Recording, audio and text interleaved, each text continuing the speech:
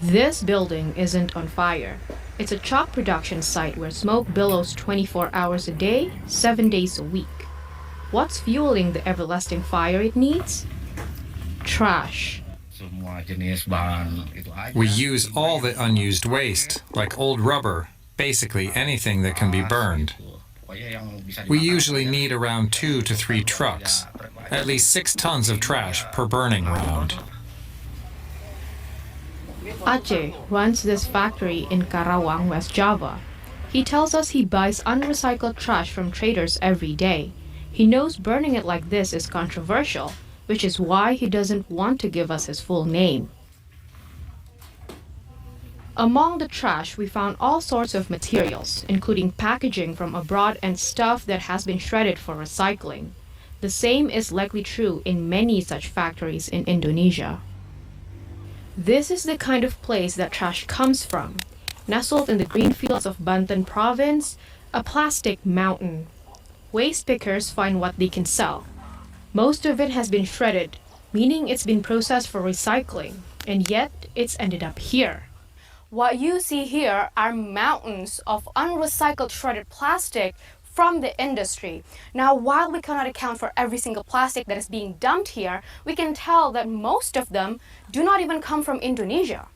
Figures from the Indonesia Central Statistics Agency show the country imported 258,000 tons of polymer waste in 2024. The idea is to produce plastic pallets or other products that can be reused.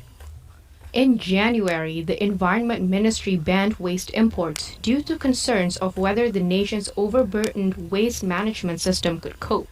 But the imports barely slowed. The statistics agency says about 108,000 tons of plastic waste entered in the first half of the year. The industry ministry still permits plastic scrap imports if they're labeled as recycling raw material. Raw material which Indonesia needs and cannot produce itself.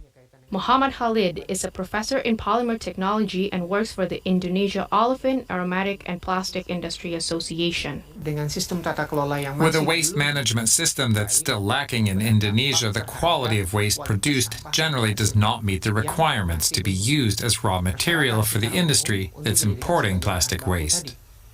But there is little to no proper treatment for what is left over, says Professor Khalid.